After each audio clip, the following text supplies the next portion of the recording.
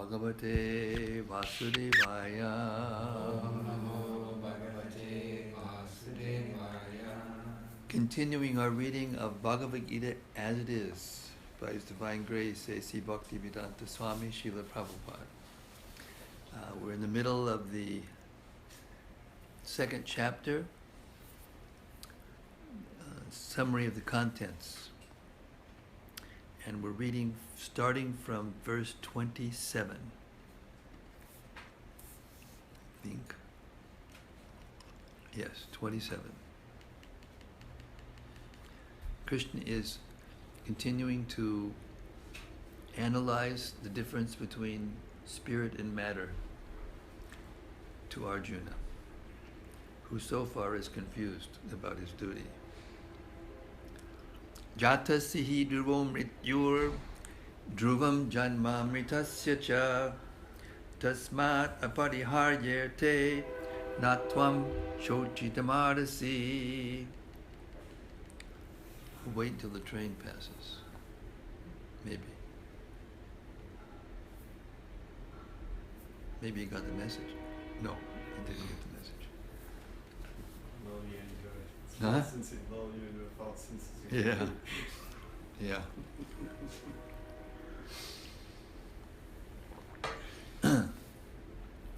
One who has taken his birth is sure to die, and after death, one is sure to take birth again. Therefore, in the unavoidable discharge of your duty, you should not lament. Purport. One has to take birth according to one's activities of life, and after finishing one term of activities, one has to die to take birth for the next.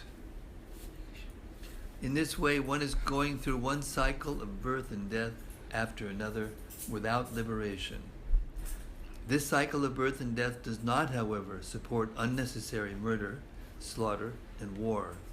But at the same time, violence and war are inevitable factors in human society for keeping law in order. The battle of Kurukshetra, being the will of the Supreme, was an inevitable event, and to fight for the right cause is the duty of a Kshatriya. Why should Arjuna be afraid of or aggrieved at the death of his relatives, since he was discharging his proper duty? He did not deserve to break the law, therefore becoming subjected to the reactions of sinful acts of which he was so afraid. By avoiding the discharge of his proper duty, he would not be able to stop the death of his relatives, and he would be degraded due to his selection of the wrong path of action. Text 28. Avyakta dini bhutani vyaktamadhyani bharata avyakta nidananyeva tatraka paridevana. All created beings are unmanifest in their beginning, manifest in their interim state, and unmanifest again when annihilated. So what need is there for lamentation? Purport. Accepting that there are two classes of philosophers, one believing in the existence of the soul and the other not believing in the existence of the soul, there is no cause for lamentation in either case. Non-believers in the existence of the soul are called atheists by followers of Vedic wisdom. Yet even if, for argument's sake, we accept this atheistic theory, there is still no cause for lamentation. Apart from the separate existence of the soul, the material elements remain unmanifested before creation. From this subtle state of non-manifestation comes manifestation, just as from ether, air is generated. From air, fire is generated. From fire, water is generated. And from water, earth becomes manifested. From the earth, many varieties of manifestations take place. Take, for example, a big skyscraper manifested from the earth. When it is dismantled, the manifestation becomes again unmanifested and remains as atoms in the ultimate stage. The law of conservation of energy remains, but in course of time things are manifested and unmanifested. That is the difference. Then what cause is there for lamentation, either in the stage of manifestation or in unmanifestation?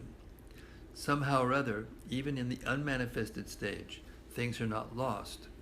Both at the beginning and at the end, all elements remain unmanifested, and only in the middle are they manifested, and this does not make any real material difference.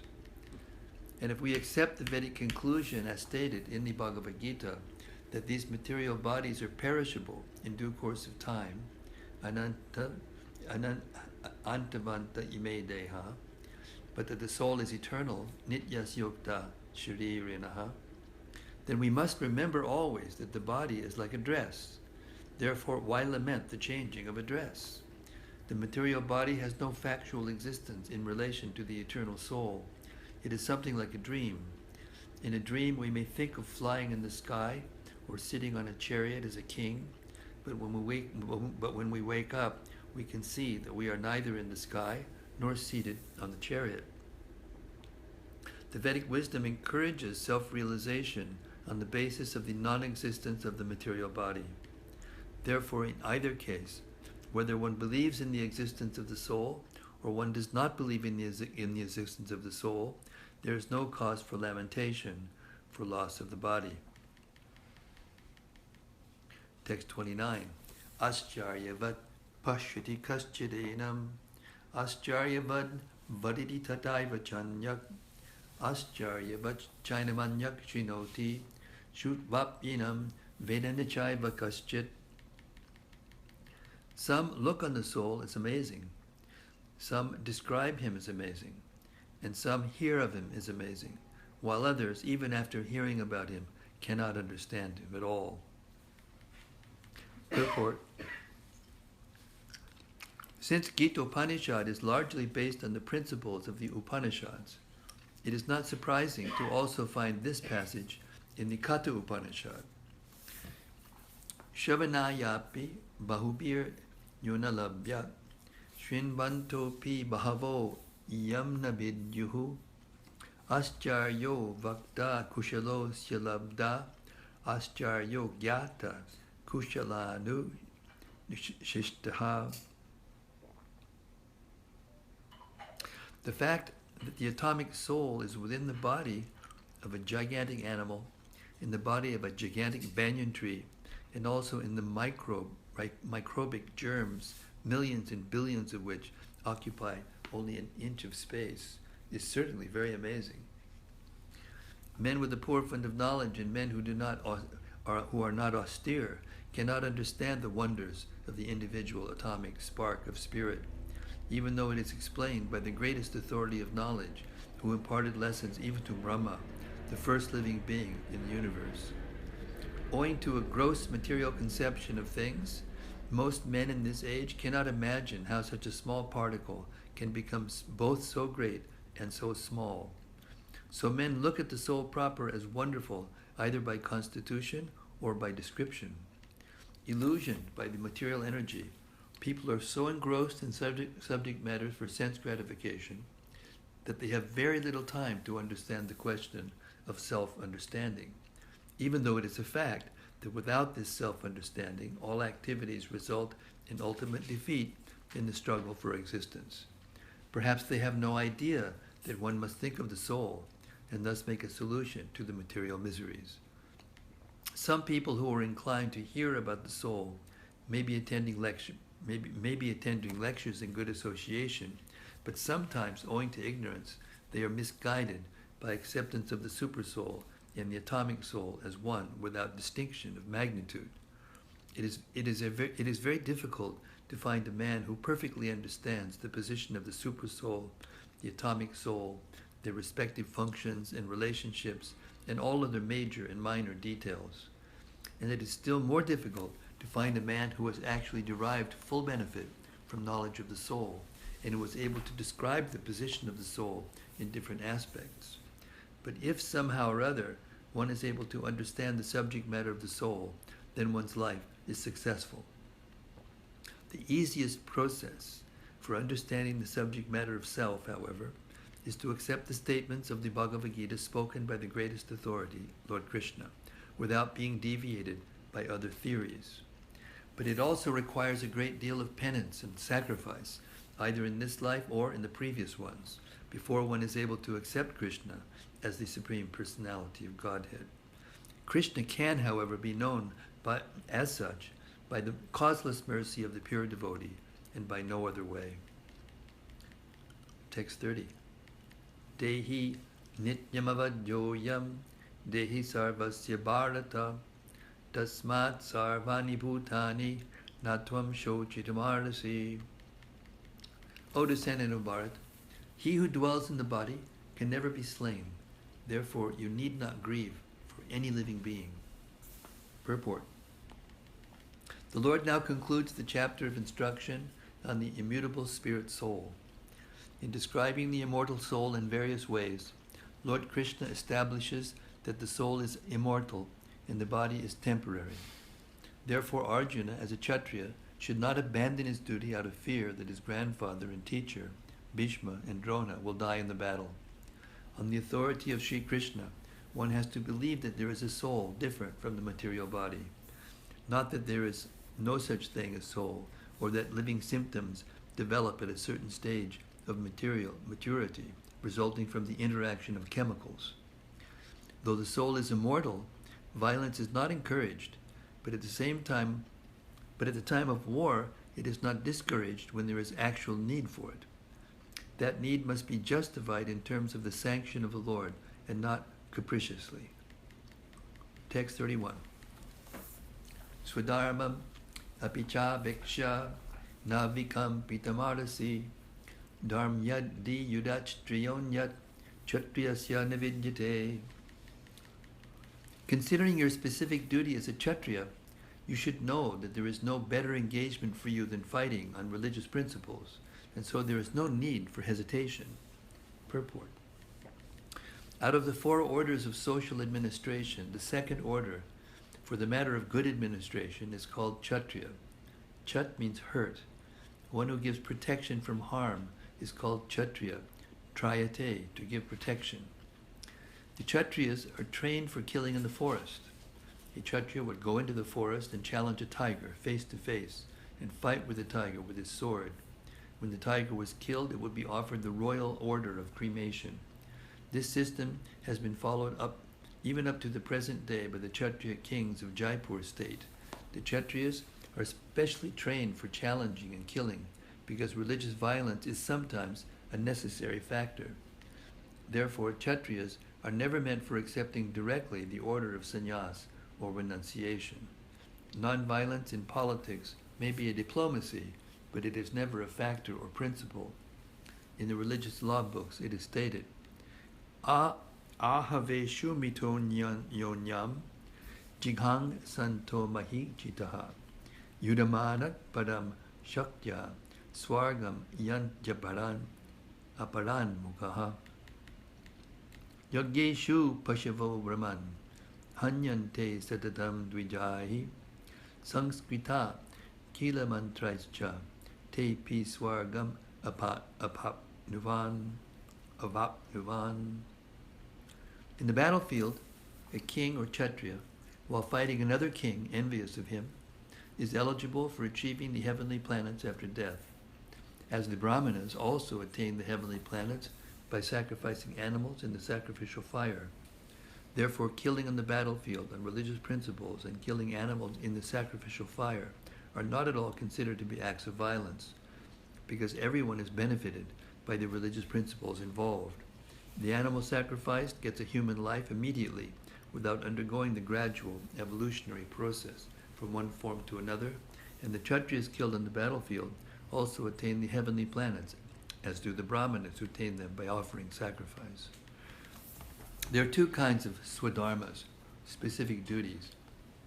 As long as one is not liberated, one has to perform the duties of his particular body in accordance with religious principles in order to achieve liberation. When one is liberated, one's swadharma, specific duty, becomes spiritual and is not in the material bodily concept. In the bodily conception of life, there are specific duties for the Brahmanas and Kshatriyas respectively, and these duties are unavoidable. Such swadharma is ordained by the Lord, and this will be clarified in the 4th chapter. On the bodily plane, swadharma is called varnashram dharma, or man's stepping stone for spiritual understanding. Human civilization begins from the stage of Varnashram Dharma, or specific duties in terms of the specific modes of nature of the body obtained. Discharging one's specific duty in any field of action in accordance with the orders of higher authorities serves to elevate one to a higher status of life. Text 32.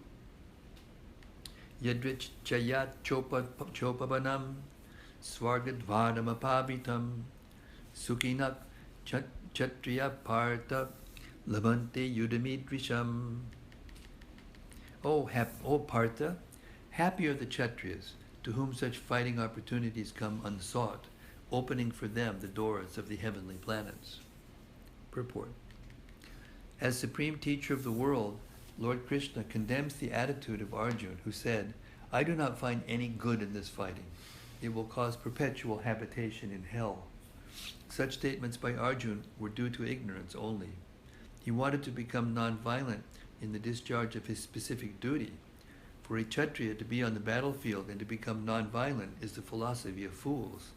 In the Parashara Smriti, or religious codes made by Parashara, the great sage and father of Vyasadeva, it is stated, Kshatriyo hi prajarakshan shastrapani pradandayan nirjitya padasainyadi chitim dharmina palayat. The Kshatriya's duty is to protect the citizens from all kinds of difficulties, and for that reason he has to apply violence in suitable cases for law and order. Therefore he has to conquer the soldiers of inimical kings, and thus with religious principles he should rule over the world. Considering all aspects, Arjuna had no reason to refrain from fighting. If he should conquer his enemies, he would enjoy the kingdom, and if he should die in the battle, he would be elevated to the heavenly planets, whose doors were wide open to him. Fighting would be for his benefit in either case. Atat chet twamimam dharmyam sangramam na karishyasi tatak swadharmam kirtim cha hitva papamavapsasi. If, however, you do not perform this religious duty of fighting, then you will certainly incur sins for neglecting your duties and thus lose your reputation as a fighter. Purport. Arjuna was a famous fighter, and he attained fame by fighting many great demigods, including even Lord Shiva. After fighting and defeating Lord Shiva in the dress of a hunter, Arjuna pleased the Lord and received as a reward a weapon called Pashupata Astra. Everyone knew that he was a great warrior. Even Dronacharya gave him benedictions and awarded him the special weapon by which he could kill even his teacher. So he was credited with so many military certificates from many authorities, including his adopted father Indra, the heavenly king. But if he abandoned the battle, not only would he neglect his specific duty as a Kshatriya, but he would lose all his fame and good name, and thus prepare his royal road to hell. In other words, he would go to hell not by fighting, but by withdrawing from battle. Text 34. Akirtim chapi bhutani katayishanti te vyayam sambhavitasya chakirtir maradat adarichyate. People will always speak of your infamy, and for a respectable person, dishonor is worse than death. Purport. Both as friend and philosopher to Arjuna, Lord Krishna now gives his final judgment regarding Arjuna's refusal to fight. The Lord says, Arjuna, if you leave the battlefield before the battle even begins, people will call you a coward. And if you think that people may call you bad names, but that you will save your life by fleeing the battlefield, then my advice is that you do better to die in the battle. For a respectable man like you, ill fame is worse than death. So you should not flee for fear of your life. Better to die in the battle. That will save you from the ill fame of misusing my friendship and from losing your prestige in society. So the final judgment of the Lord was for Arjuna to die in the battle and not withdraw. Text 35. Vayad ranat uparatang mangsyante tvam maharataha yesham cha tvam bahumato bhutva yasasilagavam. The great generals who have highly esteemed your name and fame will think that you have left the battlefield out of fear only, and thus they will consider you insignificant. Purport. Lord Krishna continued to give his verdict to Arjuna. Do not think that the great generals like Duryodhana, Karna, and other contemporaries will think that you have left the battlefield out of compassion for your brothers and grandfather. They will think that you have left out of fear for your life, and thus their high estimation of your personality will go to hell. 36. Abhachyavadanscha bahun vadishyanti tava hitaha nindantas tavasamartyam tito dukatadam nukim. Your enemies will describe you in many unkind words and scorn your ability. What could be more painful for you? Purport. Lord Krishna was astonished in the beginning at Arjuna's uncalled for plea for compassion, and he described his compassion as befitting the non-Aryans.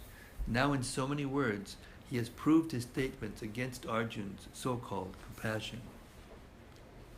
Hato va prapchasi swargam jitva va bokshase mahim tasmat utishta konteya yudhaya kritanishchayaha. O son of Kunti, either you will be killed on the battlefield and attain the heavenly planets, or you will conquer and enjoy the earthly kingdom. Therefore, get up with determination and fight. Purport. Even though there was no certainty of victory for Arjuna's side, he still had to fight, for even being killed there, he would be elevated into the heavenly planets.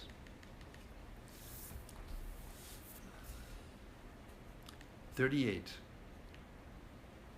Sukaduke same kritva labha labha jaya jayao tito yudhaya yujaswa naivam papam avapshasi. Do thou fight for the sake of fighting, without considering happiness or distress, loss or gain, victory or defeat, and by so doing you shall never incur sin. Lord Krishna now directly says that Arjuna should fight for the sake of fighting because he desires the battle. There is no consideration of happiness or distress, profit or loss, victory or defeat in the activities of Krishna consciousness. That everything should be performed for the sake of Krishna is transcendental consciousness. So there is no reaction to material activities. He who acts for his own sense gratification, either in goodness or in passion, is subject to the reaction, good or bad. But he who has completely surrendered himself in the activities of Krishna consciousness is no longer obliged to anyone, nor is he a debtor to anyone, as one is in the ordinary course of activities. It is said, Devarshi bhutapta nrinam pritinam nakinkaro nayam rini charajan sarvatmana yak sharanam sharanyam gito mukundam paririthyakartam. Anyone who has completely surrendered unto Krishna, Mukunda, giving up all other duties, is no longer a debtor, nor is he obliged to anyone, not the demigods, nor the sages, nor the people in general, nor kinsmen, nor humanity, nor forefathers. That is the indirect hint given by Krishna to Arjuna in this verse, and the matter will be more clearly explained in the following verses. Text 39. Isha te bihita sankye buddhir yoge twimam shrinu buddhya yuktayaya partha karma bandham prahasyasi. Thus far, I have described this knowledge to you through analytical study. Now listen, as I explain it in terms of working without fruitive results. O son of Pritha, when you act in such knowledge, you can free yourself from the bondage of works. So you see, in the beginning, the first section was philosophical, explaining to Arjuna what the difference between the soul and matter and spirit is, the soul and the body. So he shouldn't be lamenting over bag of chemicals, basically. And then he what's the word? He appealed to his pride as a Kshatriya. You know, depending on our natures, we have different characteristics, and one of the natures of a Kshatriya is his heroism. It's not like nowadays when you have the president of the country in a bunker somewhere pushing buttons and the poor foot soldiers are out there getting killed in the war. No, in these days, the leaders would go right out in the front, you know, like El Cid and other characters. So now he's going to go from that to teaching him how to work without, you know, getting reactions for it. And we can all do our duties without getting reaction if we have the right consciousness. Okay, here we go. Purport. According to the Nirukti, or the Vedic dictionary, Sankhya means that which describes things in detail, and Sankhya refers to that philosophy which describes the real nature of the soul, and yoga involves controlling the senses. Arjun's proposal not to fight was based on sense gratification. Forgetting his prime duty, he wanted to cease fighting because he thought that by not killing his relatives and kinsmen, he would be happier than by enjoying the kingdom after conquering his cousins and brothers, the sons of Dhritarashtra. In both ways, the basic principles were for sense gratification.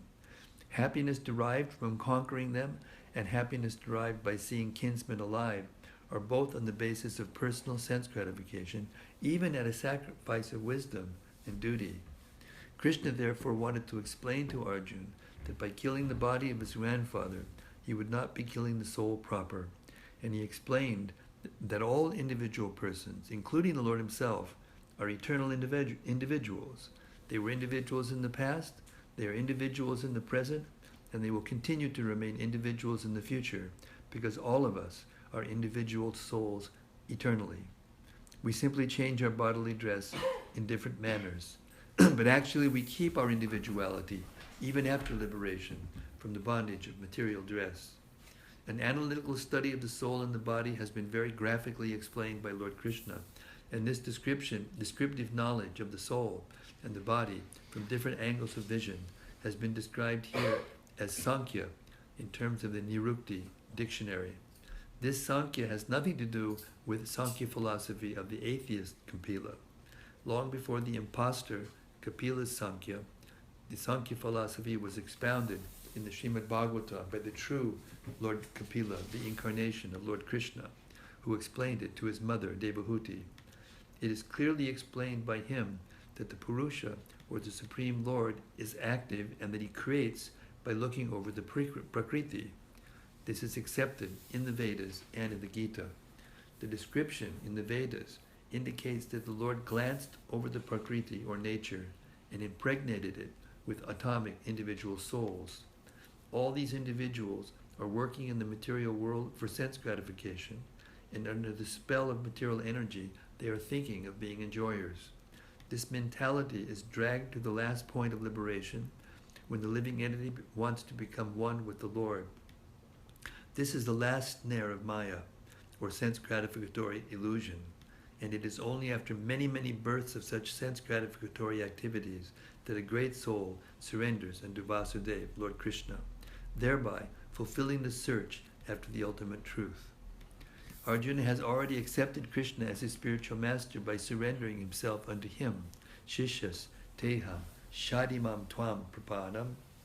Consequently, Krishna will now tell him about the working process in Buddha Yoga, or Karma Yoga, or in other words, the practice of devotional service only for the sense gratification of the Lord.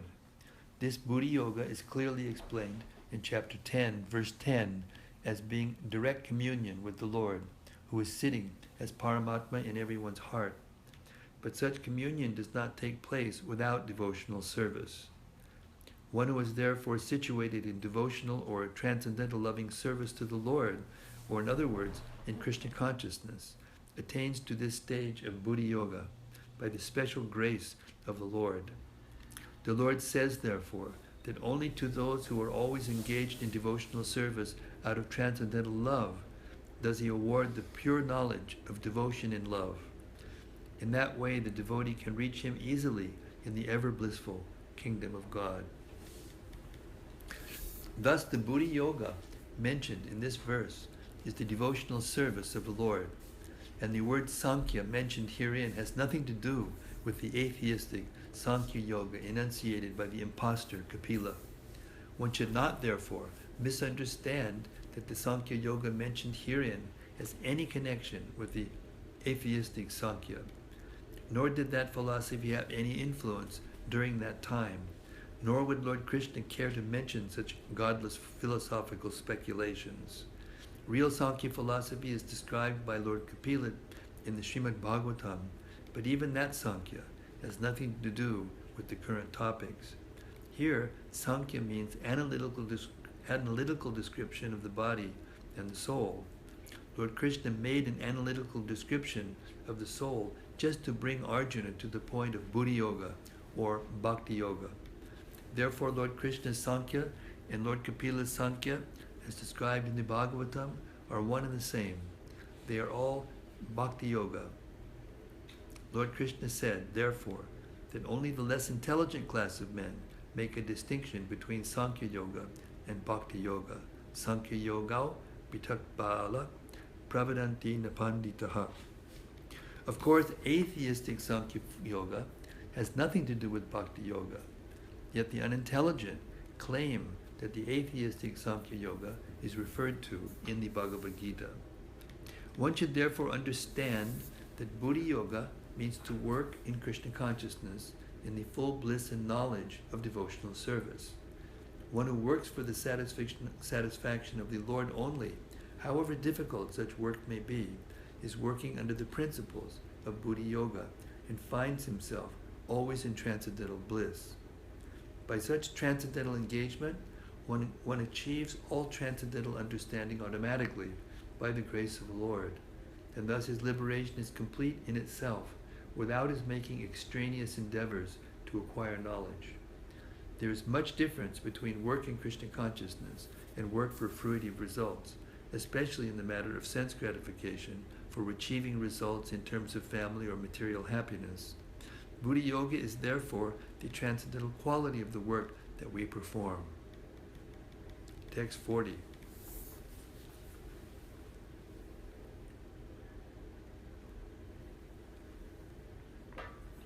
Neha bhikramana shosti pratyavayo navidyate swalpamapyasya dharmasya trayate mahato bayat.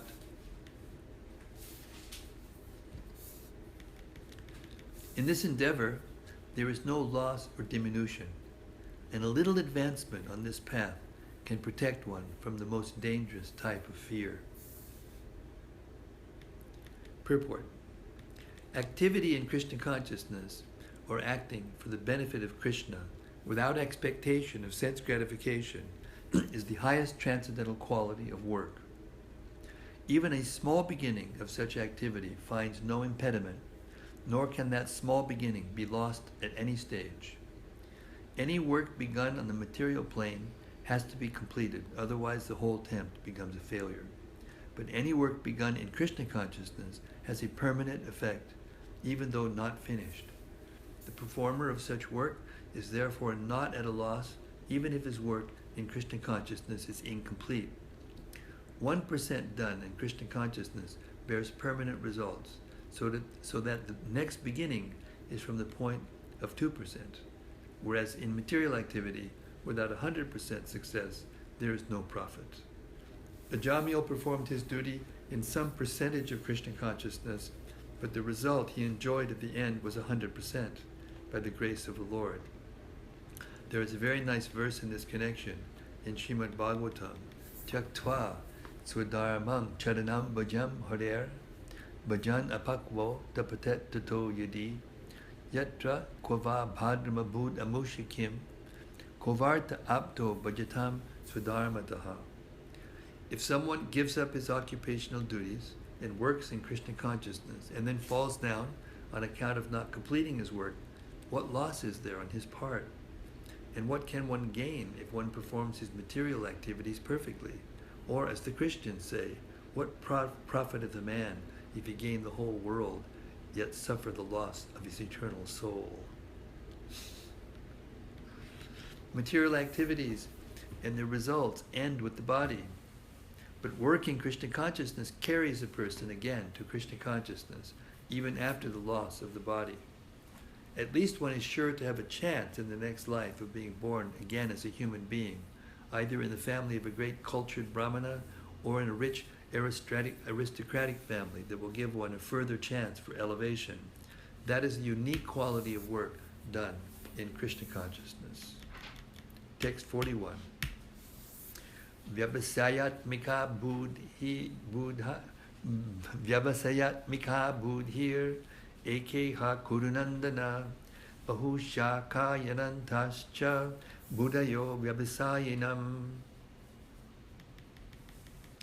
Those who are on this path are resolute in purpose, and their aim is one. O beloved child of the Kurus, the intelligence of those who are irresolute is many-branched. Purport. A strong faith that by Krishna consciousness one will be elevated to the highest perfection of life is called Vyavasayatmika intelligence. The Chaitanya Charitamrita states, Shraddha Shabde Vishwas Kahi Suridanishaya Krishna Bhakti Kaile Sarva Karma Krita Hoy. Faith means unflinching trust in something sublime. When one is engaged in the duties of Krishna consciousness, he need not act in relationship to the material world with obligations to family traditions, humanity, or nationality. Fruitive activities are the engagements of one's reactions from past good or bad deeds. When one is awake in Krishna consciousness, he need no longer endeavor for good results in his activities. When one is situated in Krishna consciousness, all activities are on the absolute plane, for they are no longer subject to dualities like good and bad. The highest perfection of Krishna consciousness is renunciation of the material conception of life. This state is automatically achieved by progressive Krishna consciousness. The resolute purpose of a person in Krishna consciousness is based on knowledge. Vasudeva Sarvamiti Samahatma Sidurlabhaha. A person in Krishna consciousness is the rare good soul who knows perfectly that Vasudeva, or Krishna, is the root of all manifested causes.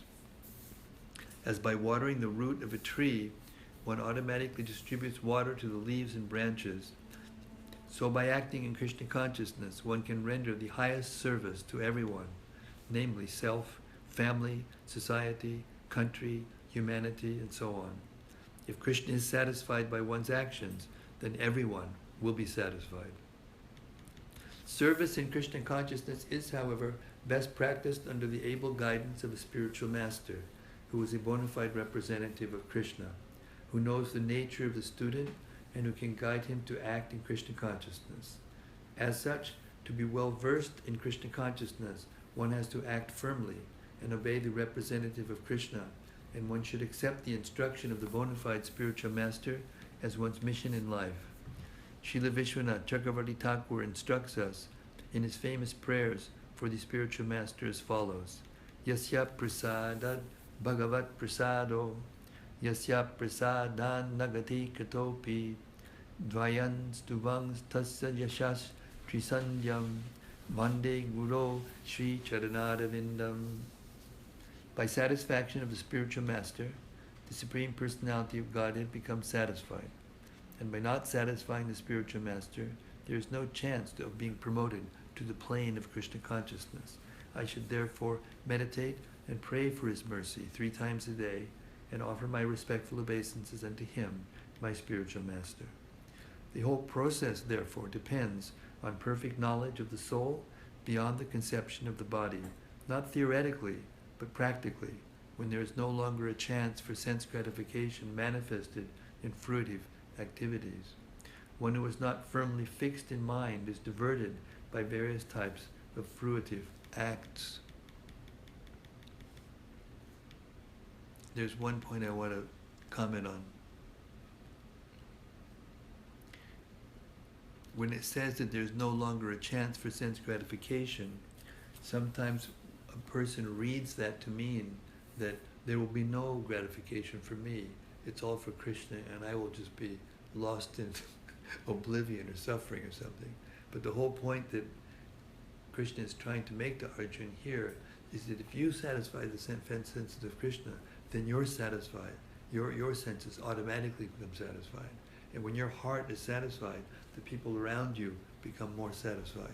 So that satisfaction spreads to everyone and eventually to all living beings if you become perfect in Krishna consciousness. Text 42 and 43. Yamimam pushpitam bacham pravadanta vipashtitaham vedavara ratak partha nanyat astitivarinaham kamat manak swargapada janma karma palapradam kriya vishesha bahulam bhogaishvarya gatim priti. Men of small knowledge are very much attached to the flowery words of the Vedas, which recommend various fruitive activities for elevation to heavenly planets, resultant good birth, power, and so forth. Being desirous of sense gratification and opulent life, they say that there is nothing more than this. Purport. People in general are not very intelligent, and due to their ignorance, they are most attached to the fruitive activities recommended in the Karmakanda portions of the Vedas. They do not want anything more than sense gratificatory proposals for enjoying life in heaven, where wine and women are available and material opulence is very common. In the Vedas, many sacrifices are recommended for elevation to the heavenly planets, especially the Jyotishtoma sacrifices. In fact, it is stated that anyone desiring elevation to heavenly planets must perform these sacrifices, and men with a poor fund of knowledge think that this is the whole purpose of Vedic wisdom. It is very difficult for such inexperienced persons to be situated in the determined action of Krishna consciousness. As fools are attached to the flowers of poisonous trees without knowing the results of such attractions, unenlightened men are similarly attracted by such heavenly opulence and the sense enjoyment thereof. In the Karmakanda section of the Vedas, it is said, Apama somam amrita abhuma, and akshayam ha vai chatramasya jagyaha sukritam bhavati. In other words, those who perform the 4-month penances become eligible to drink the somarasa beverages to become immortal and happy forever. Even on this earth, some are very eager to have somarasa to become strong and fit to enjoy sense gratifications. Such persons have no faith in liberation from material bondage, and they are very much attached to the pompous ceremonies of Vedic sacrifices. They are generally sensual, and they do not want anything other than the heavenly pleasures of life. It is understood that there are gardens called Nandakanana, in which there is good opportunity for association with angelic, beautiful women, and having a profuse supply of somarasa wine. Such bodily happiness is certainly sensual. Therefore, there are those who are purely attached to such material, temporary happiness, as lords of the material world. Text 44. Bhogaishvarya prasaktanam taya paritachetasam vyavasayatmika buddhi samadau navadiyate. In the minds of those who are too attached to sense enjoyment and material opulence, and who are bewildered by such things, the resolute determination for devotional service to the Supreme Lord does not take place. Purport. Samadhi means fixed mind. In the Vedic dictionary, the Nirukti says, Samyak abhiyate smin atma tattva yatatmyam. When the mind is fixed for understanding the self, it is said to be in samadhi. Samadhi is never possible for persons interested in material sense enjoyments and bewildered by such temporary things. They are more or less condemned by the process of material energy. Text 45. Trigunya Vishaya Veda Nishtray gunyo bhavarjana, nirdvandvo nityasattvasto, niryoga chima atmavan. The Vedas deal mainly with the subject of the three modes of material nature. O Arjuna, become transcendental to these three modes.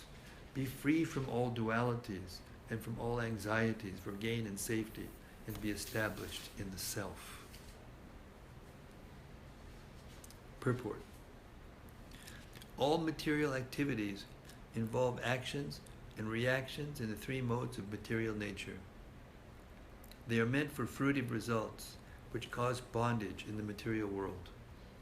The Vedas deal mostly with fruitive activities to gradually elevate the general public from the field of sense gratification to a position on the transcendental plane. Arjuna, as a student and friend of Lord Krishna, is advised to raise himself to the transcendental position of Vedanta philosophy, where in the beginning there is Brahma Jigyasa, or questions on the supreme transcendence. All the living entities who are in the material world are struggling very hard for existence.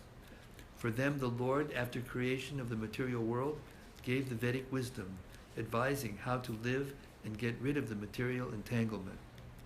When the activities for sense gratification, namely the Karmakanda chapter, are finished, then the chance for spiritual realization is offered in the form of the Upanishads, which are part of different Vedas, as the Bhagavad-Gita is a part of the fifth Veda, namely the Mahabharata. The Upanishads mark the beginning of transcendental life. As long as the material body exists, there are actions and reactions in the material modes. One has to learn tolerance in the face of dualities, such as happiness and distress, or cold and warmth, and by tolerating such dualities, become free from anxieties regarding gain and loss. This transcendental position is achieved in full Krishna consciousness when one is fully dependent on the goodwill of Krishna. Text 46. Yavan artha udapane sarvatak samplatodake tavan sarveshu vedeshu brahmanasya vijanataha. All purposes served by a small well can at once be served by a great reservoir of water. Similarly, all the purposes of the Vedas can be served to one who knows the purpose behind them. Purport. The rituals and sacrifices mentioned in the Karmakanda division of the Vedic literature are meant to encourage gradual development of self-realization. And the purpose of self-realization is clearly stated in the 15th chapter of the Bhagavad-Gita. The purpose of studying the Vedas is to know Lord Krishna, the primeval cause of everything. So, self-realization means understanding Krishna and one's eternal relationship with him. The relationship of the living entities with Krishna is also mentioned in the 15th chapter of Bhagavad-Gita. The living entities are parts and parcels of Krishna. Therefore, revival of Krishna consciousness by the individual living entity is the highest perfectional stage of Vedic knowledge. This is confirmed in the Srimad Bhagavatam as follows. Aho bhatta shapacho togariyan yaj jivagre vartate nama tubhyam tapus tapaste juhufu sasnuraya brahmanu chur namagrinanti yete. O my Lord, a person who is chanting your holy name, although born of a low family like that of a Chandala, dog-eater, is situated on the highest platform of self-realization. Such a person must have performed all kinds of penances and sacrifices according to the Vedic rituals and studied the Vedic literatures many, many times after taking his bath in all the holy places of pilgrimage.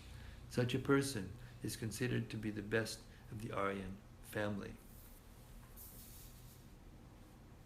And what is the main point in this verse? What is it that a person has done all those things by doing what? Chanting the holy name. By chanting the holy name, that's right. So Prabhupada told us, anyone who comes into that temple room, we should treat them like future acharya or something. You should give them all respect, because we don't know who they are. We don't know who they'll be in the future as they take up Krishna consciousness. And here the reason is, if anybody comes and chants Hare Krishna, then in their previous lifetimes they've done things to deserve that. There's no one in this movement who's chanting regularly and trying sincerely. I mean, maybe some people come with ulterior motives or something like that, that's another thing. But anybody who comes sincerely and tries to advance by chanting Hare Krishna, they're in a special place. And we should know that and treat them as such. So one must be intelligent enough to understand the purpose of the Vedas without being attached to the rituals only, and must not desire to be elevated to the heavenly kingdoms for a better quality of sense gratification. It is not possible for the common man in this age to follow all the rules and regulations of the Vedic rituals, nor is it possible to study all of the Vedanta and the Upanishads thoroughly. It requires much time, energy, knowledge, and resources to execute the purposes of the Vedas. This is hardly possible in this age. The best purpose of Vedic culture is served, however, by chanting the holy name of the Lord, as recommended by Lord Chaitanya, the deliverer of all fallen souls. When Lord Chaitanya was asked by a great Vedic scholar, Prakashananda Saraswati, why he, the Lord, was chanting the holy name of the Lord like a sentimentalist instead of studying Vedanta philosophy, the Lord replied that his spiritual master had found him to be a great fool, and thus asked him to chant the holy name of Krishna. He did so and became ecstatic like a madman. In this age of Kali, most of the population is foolish and not adequately educated to understand Vedanta philosophy. The best purpose of Vedanta philosophy is served by inoffensively chanting the holy name of the Lord. Vedanta is the last word in Vedic wisdom, and the author and knower of the Vedanta philosophy is Lord Krishna. And the highest Vedantist is the great soul who takes pleasure in chanting the holy name of the Lord. That is the ultimate purpose of all Vedic mysticism. Text 47. Karmanyevarikaraste ma paleshu kadachana ma karma palaheturbur ma te sangostu karmani. You have a right to perform your prescribed duty, but you are not entitled to the fruits of action. Never consider yourself the cause of the results of your activities, and never be attached to not doing your duty. Purport. There are three considerations here: prescribed duties, capricious work, and inaction. Prescribed duties are activities enjoined in terms of one's acquired modes of material nature. Capricious work means actions without the sanction of authority, and inaction means not performing one's prescribed duties. The Lord advised that Arjuna not be inactive, but that he perform his prescribed duty without being attached to the result. One who is attached to the result of his work is also the cause of the action. Thus he is the enjoyer or sufferer of the result of such actions. As far as prescribed duties are concerned, they can be fitted into three subdivisions, namely routine work, emergency work, and desired activities. Routine work performed as an obligation in terms of the scriptural injunctions without desire for results is action in the mode of goodness. Work with results becomes the cause of bondage. Therefore, such work is not auspicious. Everyone has his proprietary right in regard to prescribed duties, but should act without attachment to the result. Such disinterested obligatory duties doubtlessly lead one to the path of liberation. Arjuna was therefore advised by the Lord to fight as a matter of duty without attachment to the result. His non-participation in the battle is another side of attachment. Such attachment never leads one to the path of salvation. Any attachment, positive or negative, is cause for bondage. Inaction is sinful. Therefore, fighting as a matter of duty was the only auspicious path of salvation for Arjuna. Text 48. Yogastak kuru karmani sangam tyaktva dhananjaya siddhya siddhyo samo bhutma samatvam yoga uchite. Perform your duty equipoised, O Arjuna, abandoning all attachment to success or failure. Such equanimity is called yoga. Purport. Krishna tells Arjuna that he should act in yoga. And what is that yoga? Yoga means to concentrate the mind on the Supreme by controlling the ever-disturbing senses. And who is the Supreme? The Supreme is the Lord. And because he himself is telling Arjuna to fight, Arjuna has nothing to do with the results of the fight. Gain or victory are Krishna's concern. Arjuna is simply advised to act according to the dictation of Krishna. The following of Krishna's dictation is real yoga, and this is practiced in the process called Krishna consciousness. By Krishna consciousness only can one give up the sense of proprietorship. One has to become the servant of Krishna, or the servant of Krishna. That is the right way to discharge duty in Krishna consciousness, which alone can help one act in yoga. Arjuna is a Kshatriya, and as such he is participating in the Varnashram Dharma institution. It is said in the Vishnu Purana that in the Varnashram Dharma, the whole aim is to satisfy Vishnu. No one should satisfy himself, as is the rule in the material world, but one should satisfy Krishna. So unless one satisfies Krishna, one cannot correctly observe the principles of Varnashram Dharma. Indirectly, Arjuna was advised to act as Krishna told him. Text 49. Durina yabadam karma buddhi yoga dhananjaya buddhau sharanamanvichcha kripanak palahetabaha. O Dhananjaya, keep all abominable activities far distant by devotional service, and in that consciousness surrender unto the Lord. Those who want to enjoy the fruits of their work are misers. Purport. One who has actually come to understand one's constitutional position as an eternal servitor of the Lord gives up all engagements save working in Krishna consciousness. As already explained, Buddhi Yoga means transcendental loving service to the Lord. As already explained, Buddhi Yoga means transcendental loving service to the Lord. Such devotional service is the right course of action for the living entity. Only misers desire to enjoy the fruit of their own work just to be further entangled in material bondage. Except for work in Krishna consciousness, all activities are abominable because they continually bind the worker to the cycle of birth and death. One should therefore never desire to be the cause of work. Everything should be done in Krishna consciousness for the satisfaction of Krishna. Misers do not know how to utilize the assets of riches which they acquire by good fortune or by hard labor.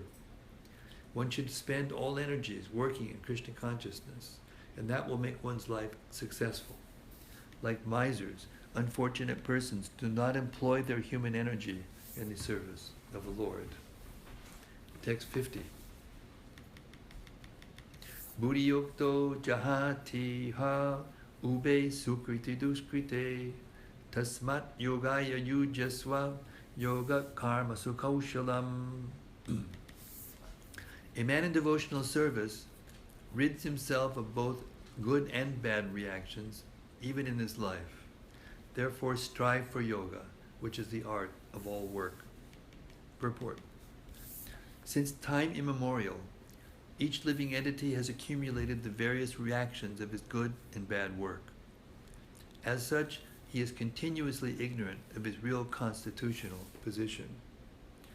One's ignorance can be removed by the instruction of the Bhagavad-Gita, which teaches one to surrender unto Lord Krishna in all respects and become liberated from the chained victimization of action and reaction, birth after birth. Arjuna is therefore advised to act in Krishna consciousness the purifying process of resultant action. Text 51.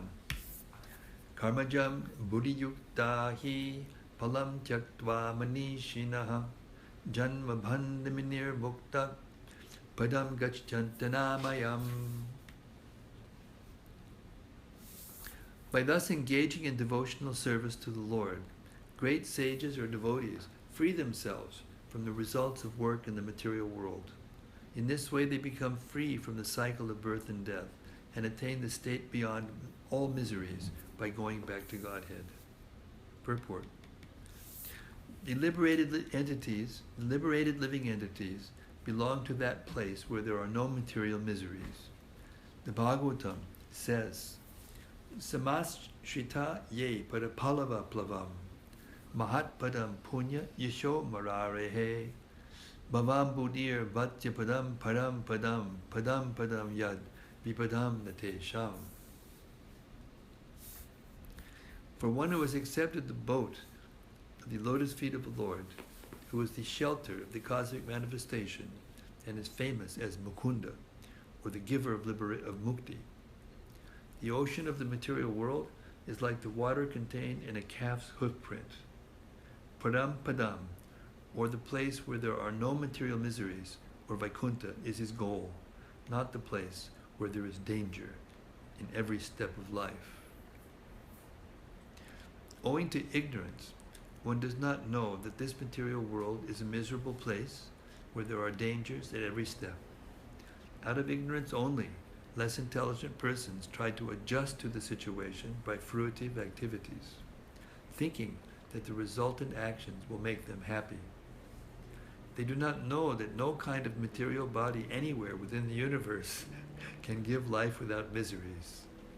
The miseries of life, namely birth, death, old age, and diseases, are present everywhere within the material world. But one who understands his real constitutional position as the eternal servitor of the Lord, and thus knows the position of the personality of Godhead, engages himself in the transcendental loving service of the Lord. Consequently, he becomes qualified to enter into the Vaikuntha planets, where there is neither material, miserable life, nor the influence of time and death. To know one's constitutional position means to know also the sublime position of the Lord.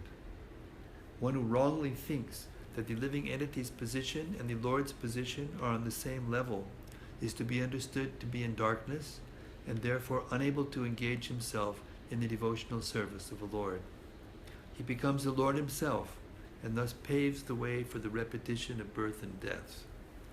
But one who, understanding that his position is to serve, transfers himself to the service of the Lord, at once becomes eligible for Vaikuntha Loka.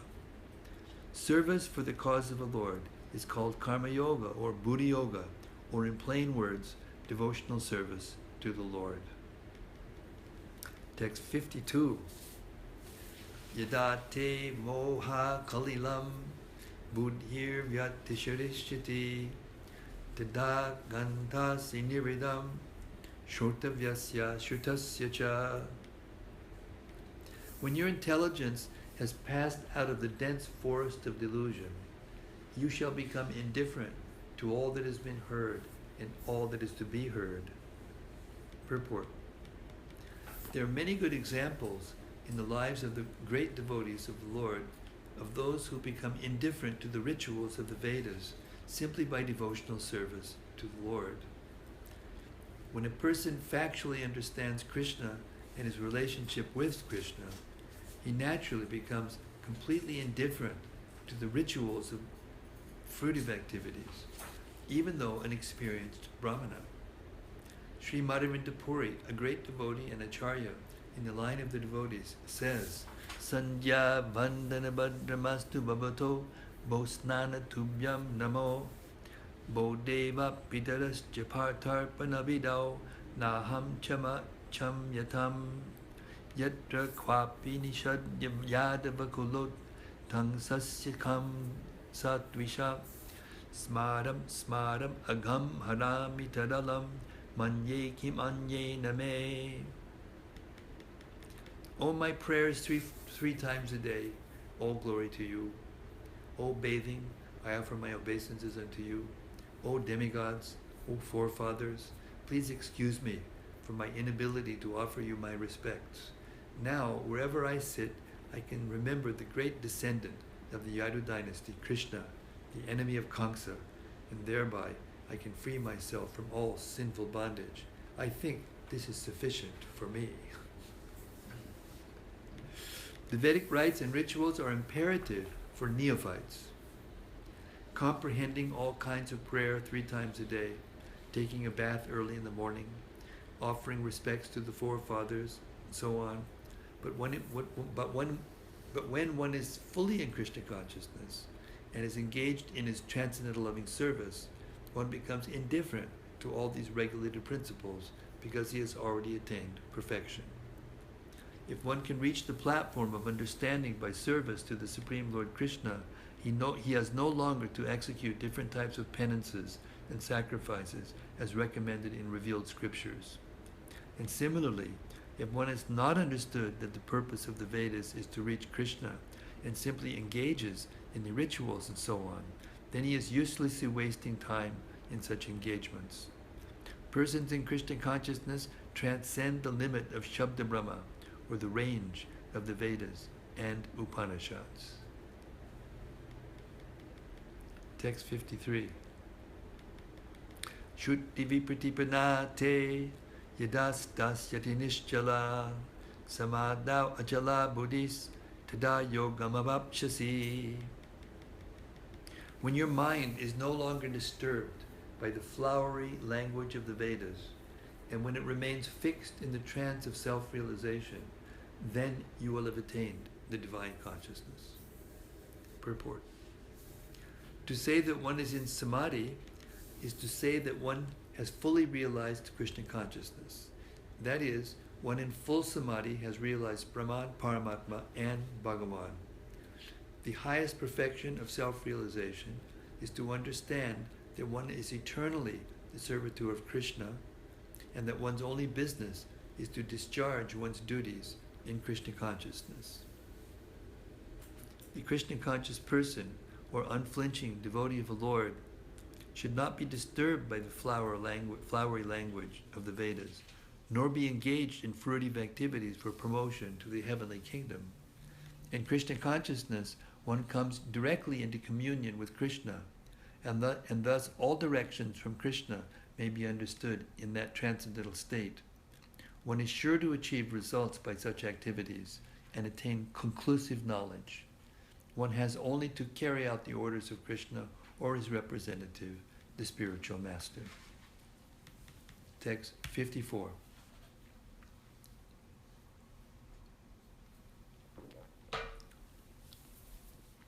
Arjuna uvacha stita pragyasya ka bhasha samadhi stasya Kesava stitadi kim prabhasheta kim asita brajeta kim.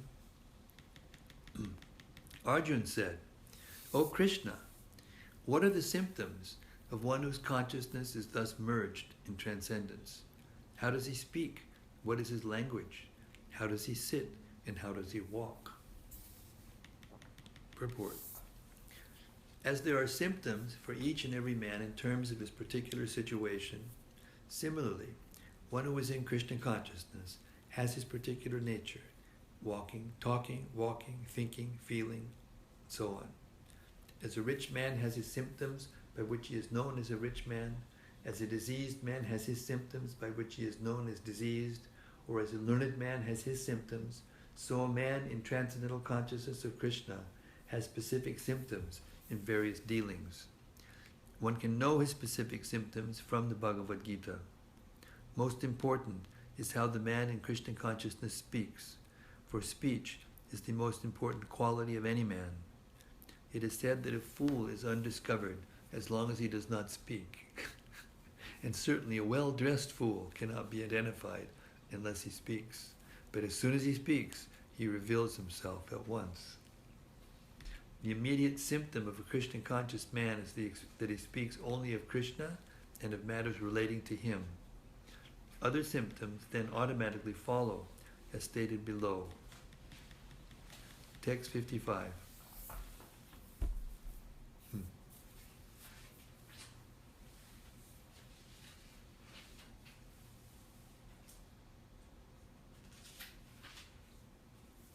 8:15. I went out to the dentist today, and when I came back, I understood I wasn't completely all together after that disease I just went through. So I'm going to stop here. Don't mind. But see, we're in a good place to stop, because now Krishna is going to explain what the symptoms are of a liberated person. Hare Krishna. So, any reflections? Any questions? Any? I have a question. Yes, Elena, please. You talk about atheists being not believing in the soul. Now, Elena is asking a question. This is important. We talk about atheists not believing in the soul. Yes. Where I always thought atheists do not believe in God. Where I always thought the atheists do not believe in God. So. Well, the thing is, like, what is the meaning of the word king without subject? There's no meaning of the word king without subject. Okay. What is the meaning of the sun without light? Doesn't mean anything. It's nonsense. So there's no meaning to the word God without the soul, or the soul without God. So therefore, the atheist, when we say that the atheist doesn't believe in the soul, it automatically means he doesn't believe in God.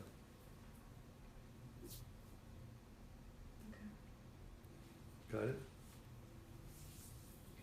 Yes, ma'am.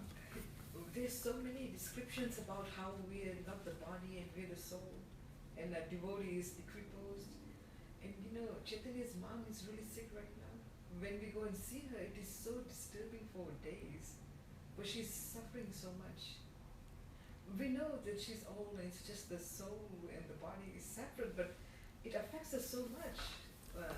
Because Well, we don't realize it, it's right? natural. It's natural when you're in the material world to feel compassion for others, to feel compassion when we see people suffering. It's natural. Mm. It's not something that, it's not that we are callous, or when it says agamapa, tongue titik jasavar, that we don't lament neither for the living nor the dead. We have to train our eyes to see through that knowledge. Just like a little kid, because the body isn't developed, and therefore, and knowledge doesn't have knowledge, there's so many things that he can't understand, that we can understand easily. So how is it that he sees things? He sees the same things. Animals, they see the same forms. I mean, they may see it in color, they may see it in black and whatever, but you can see the way they move about and look at people and do things. They see the same thing, but they're not seeing the same thing. We see through the eyes of knowledge. So when we see a person suffering, it's natural to feel something, some grief, or especially when we lose a loved one, it's natural to feel grief. But a Krishna conscious person, even Krishna, to show the example, sometimes he would exhibit some lamentation. For instance, when he battled with Shalya, who was really powerful, he had this air machine. They have machines now that fly in the air. This one was really amazing. It could disappear, it could appear, it could go fast, it could go slow. It was very hard to fight Shalya. And he had all kinds of mystic powers. So at one point, while Krishna was fighting him, he came out and he brought a form that looked just like his father, Vasudeva, and he cut off his head, threw it away. He said, "You see, I went and I kidnapped your father and I killed him right in front of you." And Krishna, for a moment, Krishna said, "Oh no." Even God sometimes feels some, lamentation or compassion for the loss of a loved one. But then, in about 3 seconds, he, realized that it was just an illusion, created by Shalva, and then he just cut his head off instead, you know? So it's a measure of our advancement, how deep that lamentation affects us. It's natural to feel affection for family members, to feel bad when we see people suffering. I remember when I was in the hospital in the UK, you know, when I had that typhoid, beginning of that typhoid fever, and I went into this kind of like, what do they call that? Ward. Yeah, it's a ward. And there were like 1, 2, 3, 4, 6 beds in the ward. And luckily for me, it was practically empty because I didn't have to see. But there was one man there that was really suffering. And I kept praying, you know, to Krishna to help him. There was nothing I could do, you know, under the circumstances. And I myself was going through something, you know. But what was that verse in the Gita? You have the Gita, look up verse Atmalpamya Sarvatra. Sarvam Pashiti Yorjana. Try to find it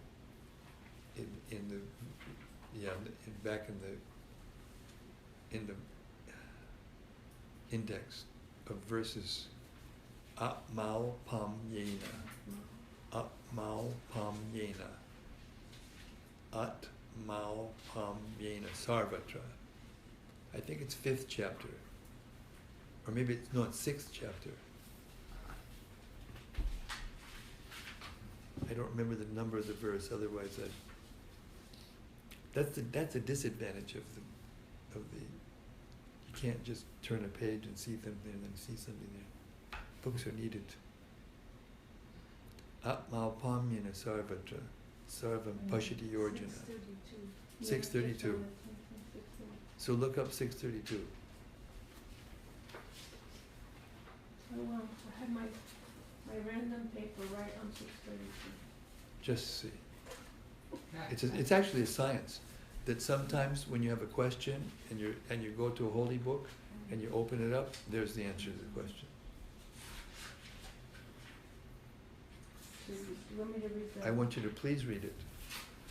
He's a perfect yogi who, by comparison to his own self, sees the true equality of all beings, in both their happiness and in their distress. See? See? So when you see the distress, then you relate to that person, then you relate how all of us are in distress and happy, and then you can feel real compassion, and you can understand.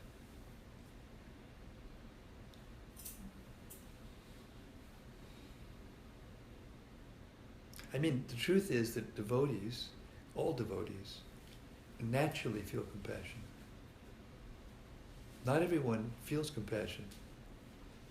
You know, there are people in the world, and maybe they're in the majority now, I don't know, they're getting more and more people that really don't care about the feelings of others, and they'll do anything just to get themselves in a, you know, to win or to do whatever.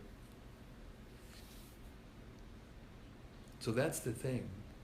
The thing is to actually practice seeing things and events in our life through this knowledge. And our vision changes. And when we actually assimilate it and look through the knowledge and out of practice, then eventually we'll feel the pleasure, the pain, but it won't go deep. It won't affect us at the spiritual level. And we can still, you know, give our prayer and give our, you know, our compassion or our sympathy or empathy, you know, but it doesn't have to affect us as deeply as it does when we're in the bodily concept of life. And Krishna makes this point all the way through the Gita, so it's a very important point actually that you're bringing up. So it's like everything else in our philosophy. It's simultaneously one and different. you can't help but feel compassion for people who are suffering if you're a real devotee. And remember in the beginning of the Gita, you know, Prabhupada says a couple of times in the purports, Arjun's feeling of compassion was the sign of a soft-hearted Vaishnava. And if a person's actually soft-hearted, then he'll have the same feeling for, you know, loved one as for another person who is suffering. And gradually that can expand to the point where, you know, you see the suffering. And you see that there is nothing but suffering in this material world. The happiness that we see is nothing but a temporary cessation of the suffering. There's always something going on, isn't it? All of us know it. It's either a bug or it's a, you know, the sun is, or winter, or some friend that's, you know, or some enemy, or there's always something. Or the body itself is screaming at us. Threefold miseries, that's what the material body is. Dukkhalaya, ashasvata. Material world is a place of suffering, and that is the nature of the material world, and it's mercy. It's not a bad thing. It's not a bad thing if it shows us that, hey, eventually we come to the point, hey, you know, what am I doing here in this material world? Wherever I go, wherever I look, whatever I try, it ends up in eventually, you know, some kind of misery or another. This is not fatalism. Sometimes people who are sentimentalists, they think that we're fatalists because we speak like this, direct, you know, kind of like open the curtain. Uh-oh, here comes the curtain. When you see the actual, what's really happening through this knowledge, it's, for one who's very attached to the body, it's intense. No, I don't want to go there. I stay in my little comfort zone. And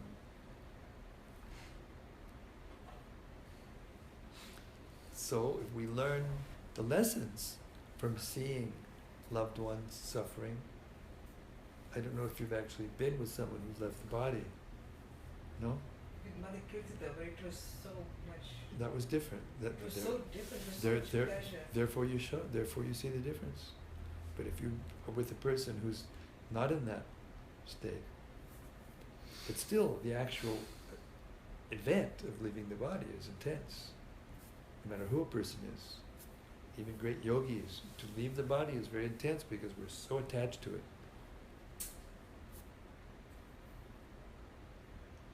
I mean, I was there when Prabhupada left his body. I was looking at his face when he left. And it's intense. And he said at one point when he was lying there, and they turned him over because he couldn't even move. He had to be moved. This is right towards the end. And he was laying in his side and he was looking at us. We were in the corner, in a little bit of a distance, kind of chanting a little bit Hare Krishna. And he said, he smiled. He actually smiled. I mean, he was in a condition that a normal person would have been screaming in pain. Give me morphine, give it to me. I got, you know, normal people can't talk. He was not, he didn't take anything for the pain. And he smiled and he said, don't think this isn't going to happen to you. And it went into the heart, and it stays there forever. When I was going through this, you know, near-death experience with this typhoid fever, I thought of it a lot of times.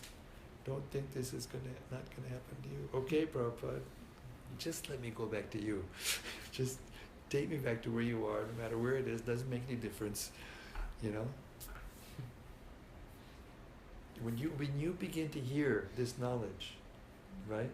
When your intelligence, when your spiritual intelligence begins to awaken, and you get the form direction from the super soul to the soul, and you can understand that this is actually true.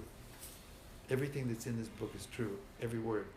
That's unflinching faith. We heard it in one of the purports. Unflinching faith in something sublime. That's it. And once you get that, there's nothing else to do.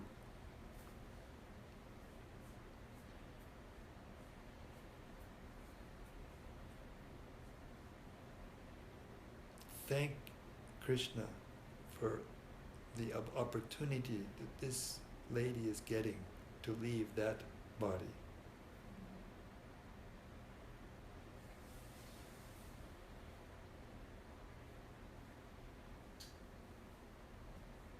I was also thinking, is it because one tries to hold on? Mother Kalindi is asking a question.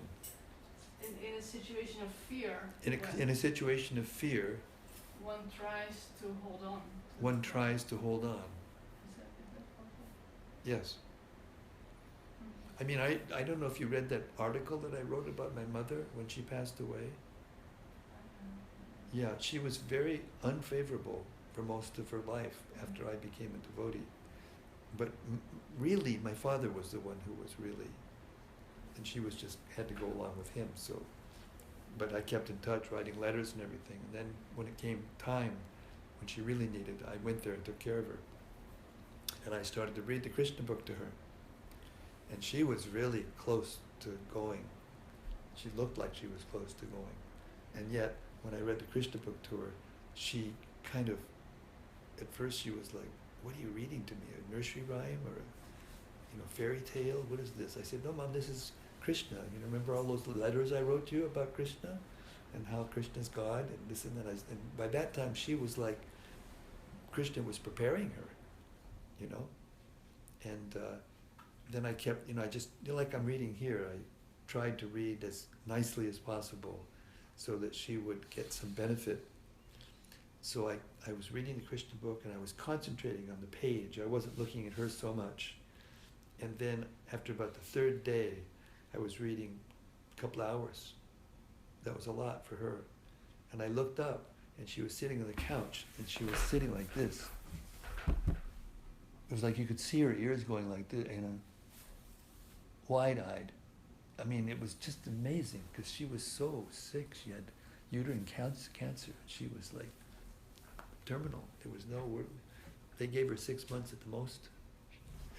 So then I said, "Mom," I said, you like this, don't you?" She said, "Oh, this is the most wonderful thing I've ever heard, And then she started asking questions. And anyway, it's a long story. We're already late, that's why he came in to get me. But at one point, it came time for her to leave. And she had already agreed to get initiated. She got initiated by Shivaram Maharaj, by the phone. And she started chanting Hare Krishna. I remember the first time she said to me out loud, "Hare Krishna," the sound just threw me back. It was so powerful. She was such a pious woman, such a wonderful soul. Nandarani, she got the name. Her name was Nadine.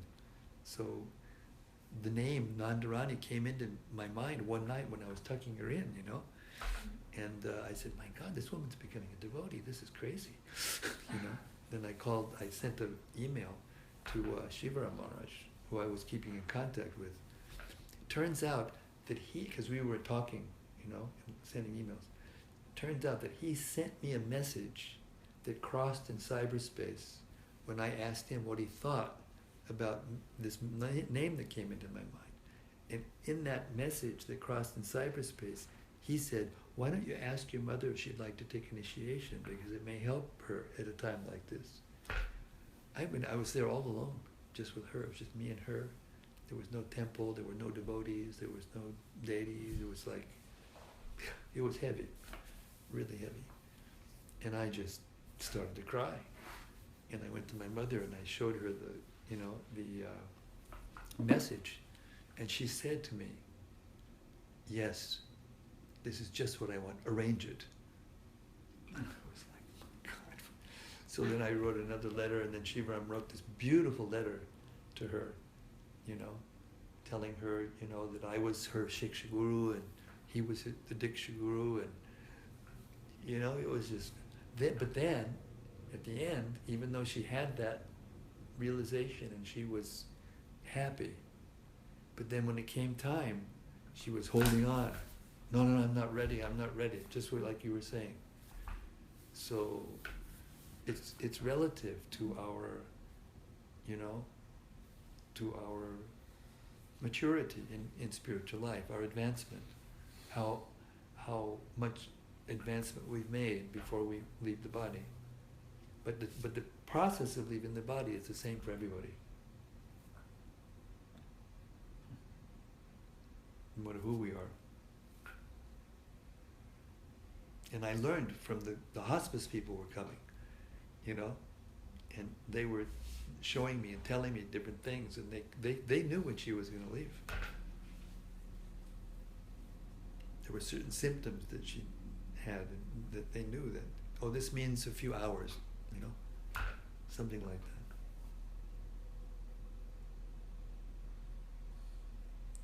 that. Okay, I gotta stop now. I just went over the line. Turn into a pumpkin if I don't stop.